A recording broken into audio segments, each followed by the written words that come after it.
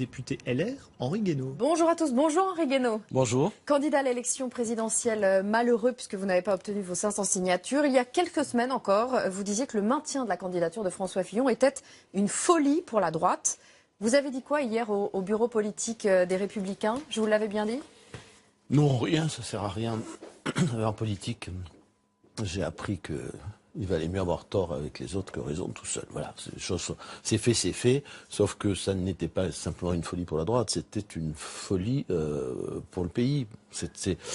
Et hier soir, vous avez tenu ces propos-là? Non, qu'est-ce que vous avez dit? Vous n'avez pas parlé du tout? Non. Il y a beaucoup de gens qui voulaient s'exprimer. Je pense que ça a détruit l'élection présidentielle. Voilà, enfin celle-ci. C'est à cause de tout cela, c'est un rendez-vous manqué. À cause des primaires, à cause de l'obstination de la de François primaire Fillon, à droite comme à gauche, et de l'obstination de François Fillon. Enfin voilà, des circonstances. Cette attitude a fait que cette élection est un rendez-vous manqué. Voilà. Est-ce que ça vous fait plaisir d'avoir eu raison avant les autres? Non, ou d'avoir vu François Fillon ça me rend triste pour mon pays. Ouais.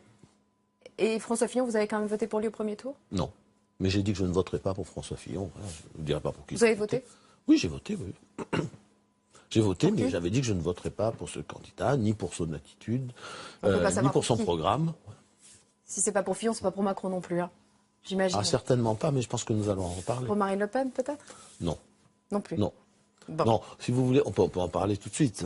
On va en parler. Juste ce bureau politique. Alors, vous ne vous êtes pas exprimé, mais on a eu l'impression que les Républicains avaient du mal à se mettre d'accord quand même pour ça, même pour ce second. Et oui, parce qu'il y a, enfin, comme dans Parti socialiste, sommes en face de deux grands cartels électoraux, en tout cas de deux partis qui sont devenus des cartels électoraux, qui rassemblent des gens qui sont divisés sur beaucoup de sujets, profondément divisés. Ça explique d'ailleurs qu'ils n'ont plus grand-chose à dire, quand ils cherchent une motion de synthèse, ils n'ont plus grand-chose à dire aux Français, raison aussi pour laquelle ils sont éliminés, c'est pas seulement à cause des affaires de François Fillon.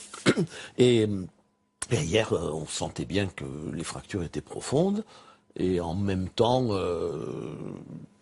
c'est le propre toujours des politiciens, on repousse les problèmes devant soi. Parce qu'il y a les législatives. Parce qu'il y a les législatives, après il y aura autre chose. Ouais. Bon, mais je trouve que s'il n'y a pas de vrai débat, en tirant les conséquences, c'est-à-dire que peut-être que ces formations politiques telles qu'elles sont aujourd'hui ne correspondent plus à rien. Peut-être qu'il faut les renouveler. Peut-être qu'il faut revenir à des familles politiques plus cohérentes, avec une vraie identité, qui s'allient entre elles et qui peuvent gouverner ensemble. Mais peut-être cette idée de mettre tout le monde dans le même pot en évitant tous les grands débats est une mauvaise idée. Parce qu'au fond, qu'est-ce qui s'est passé? Vous voyez bien ce qui est en train d'ailleurs d'émerger de cette élection présidentielle. À force d'avoir voulu éteindre tous les grands débats, à force d'avoir voulu éviter que les nouveaux clivages apparaissent, bien ils apparaissent, au lieu d'apparaître raisonnablement dans le débat public, ils apparaissent brutalement et de façon caricaturale. Non. Il est sorti de ce bureau politique des Républicains, la consigne qu'aucun vote ne doit aller à Marine Le Pen. Le problème, c'est que pour certains d'entre vous, aucun vote ne doit aller non plus à Emmanuel Macron.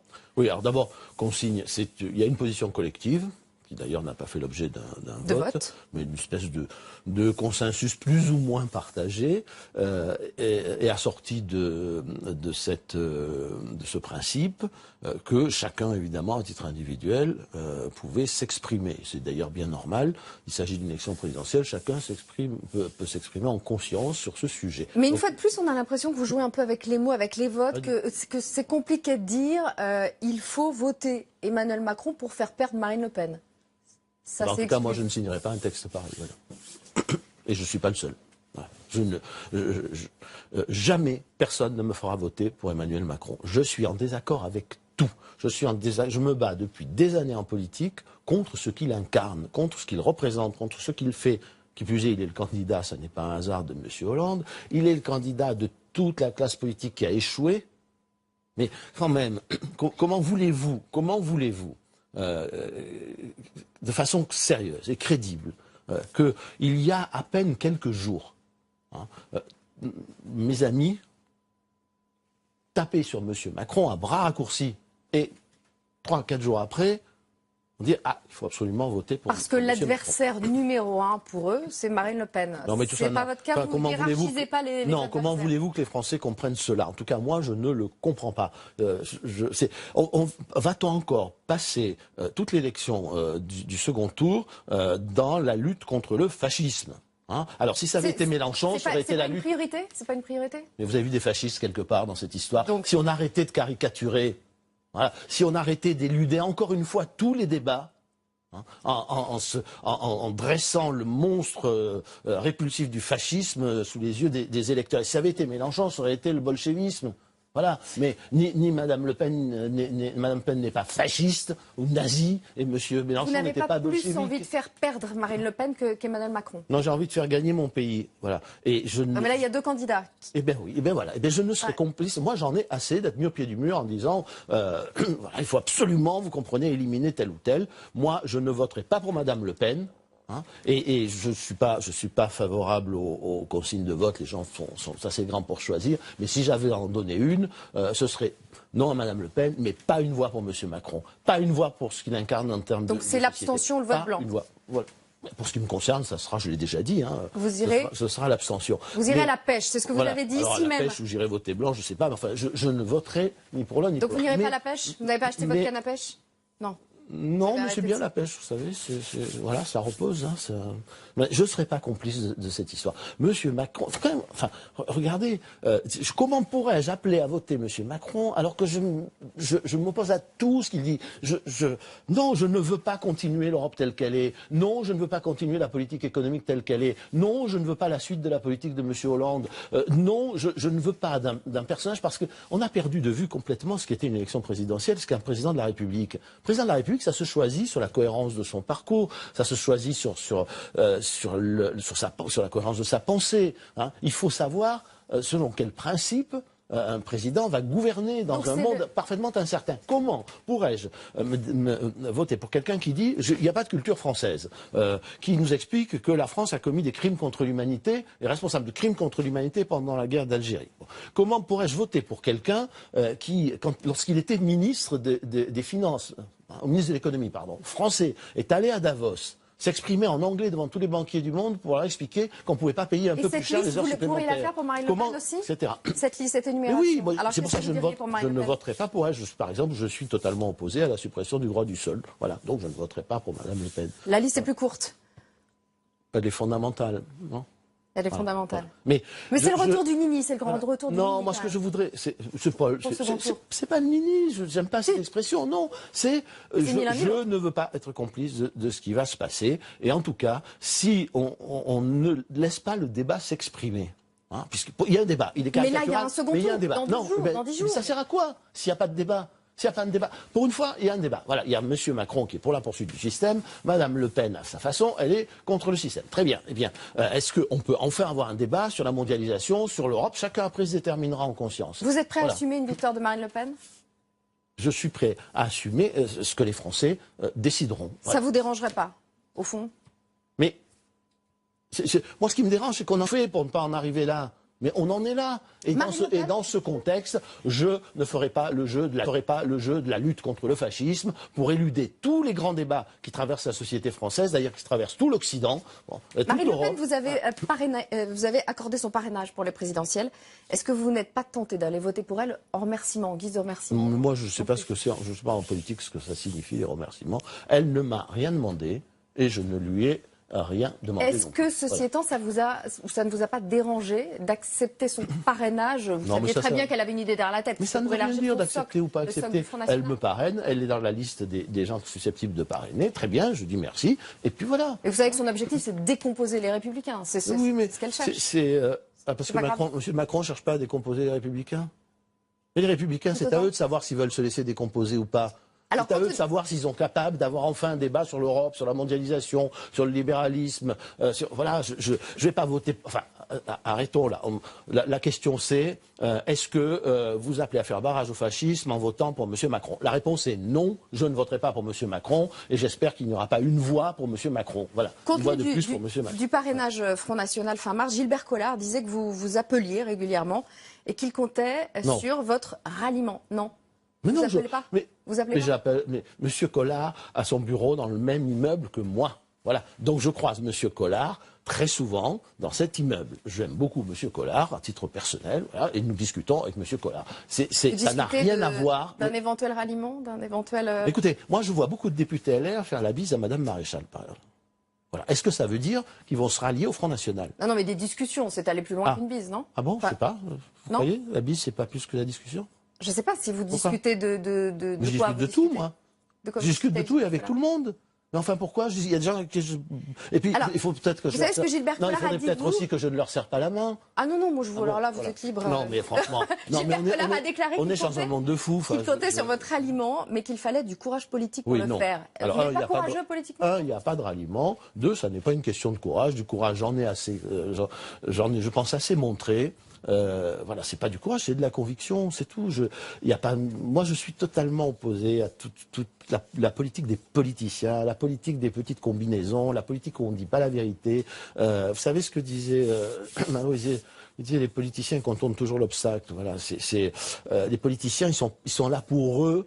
Et pas pour les Français. Ils sont là, ils sont enfermés dans leur langue de bois, dans leur code, dans leur petite stratégie, dans leur petite magouille, dans leur petite... Bon, voilà. Moi, je ne suis pas du tout dans ce registre. Voilà.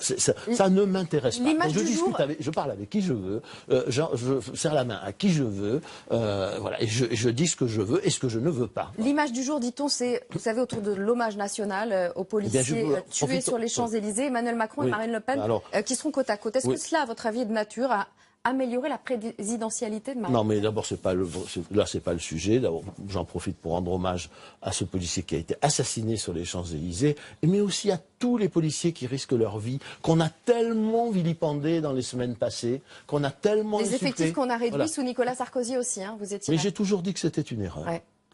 Voilà, donc je n'ai pas changé d'avis. Voilà, on n'a pas fait des réformes intelligentes. On a aussi fait des erreurs. Eh bien, c'est une erreur, comme avoir réduit drastiquement les effectifs de l'armée et les budgets militaires, était une erreur. Il y avait un déjeuner hier autour de Nicolas Sarkozy chez lui pour mettre au point la stratégie à suivre. Vous n'étiez pas invité? Vous n'y êtes pas allé, Non, en d'abord, tout je cas n'étais pas invité. De toute façon, C'est moi, toujours Nicolas Sarkozy qui tire les ficelles du parti, finalement? Je n'en sais rien, moi. Encore une fois, j'en reviens à ce que je vous disais il y a quelques minutes. Moi, les histoires de ficelles qu'on tire derrière les rideaux, les hommes politiques, les politiciens comme des marionnettes, le rejet ou des grands débats pour ne parler que des petites magouilles, des petites opérations. Alors je vous dis les petites magouilles, je vous dis ce qui s'y est dit, vous me dites ce que vous en pensez. Ce qui s'y est dit, c'est que tout le monde s'est mis d'accord pour que François Baroin mène la campagne des législatives en vue d'être Premier ministre d'Emmanuel Macron et que Laurent Wauquiez éventuellement reprenne la tête du parti. Pardonnez-moi, mais avec toute l'amitié que j'ai pour l'un et pour l'autre, c'est parfaitement grotesque. Voilà. Le sujet n'est pas de savoir comment on va désigner un chef. Il ne peut pas y avoir de chef, il ne peut y avoir que une direction collective. Aujourd'hui, tant ce avec parti Baroin, divisé, Wauquiez, ça vous irait? Mais ça que ne vous suffit appartenez pas, à ce parti. Non, mais moi, je ne m'associerai à aucune opération montée dans le dos de tout le monde, dans le dos des Français, dans le dos des militants, dans le dos des adhérents. Non, je pense que ça n'est pas sérieux, c'est même un très mauvais service à rendre, et à la politique en général, et à la démocratie, et à ma famille politique. Est-ce que vous allez vous présenter aux législatives, Henri Guénaud? Écoutez, je n'en sais rien, je suis en train d'y réfléchir. Voilà. Ce serait sous quelle étiquette si vous présentez? Pour l'instant, c'est l'étiquette des Républicains. Mais si on me refuse... vous avez votre investiture, les Républicains? Non, elle est toujours suspendue, mon investiture. Et si on me la refuse, sous la mienne, voilà. Mais vous savez, il y a longtemps que je n'attends... Encore une fois, je n'attends rien des politiciens qui sont enfermés dans leur petite magouille. Ce qui m'intéresse, c'est l'avenir de mon pays. Il passe bien avant celui de mon parti. Tous les matins, je pose une question récurrente. La question off, mais devant les caméras. C'est off, hein, entre nous. Si finalement Marine Le Pen était élue le 7 mai au soir, est-ce que vous n'auriez pas un peu honte d'avoir joué avec le feu? Mais j'aurais aussi honte, même peut-être encore plus, d'avoir contribué à faire élire M. Macron. Voilà. Vous seriez prêt à gouverner avec Marine Le Pen? Non. Si elle vous le proposait? Non. Vous hésiteriez? Non. Non. Non, je n'hésiterai pas. Je l'ai déjà dit. Je n'irai pas gouverner avec le Front National. Je n'irai pas gouverner avec Marine Le Pen, mais je n'irai pas gouverner avec M. Macron. Et je serai face à M. Macron. Et je le suis depuis le début et aujourd'hui et aujourd'hui aussi, totalement opposé à M. Macron, dans une opposition radicale à M. Macron, à tout ce qu'il incarne, pouvoir de l'argent, finalement à ce mépris. Vous savez ce qui va se passer si M. Macron est élu? Quand les gens se rendront compte qu'ils ont mis au pouvoir tous ceux dont ils ne voulaient plus, eh bien, ça sera terrible pour la démocratie et ça sera peut-être pire, la suite sera peut-être pire que Mme Le Pen ou le Front National. Voilà. C'est la colère du peuple, vous savez, il faut s'en méfier, il ne faut pas tromper le peuple trop longtemps. Voilà. Merci Henri Guénaud.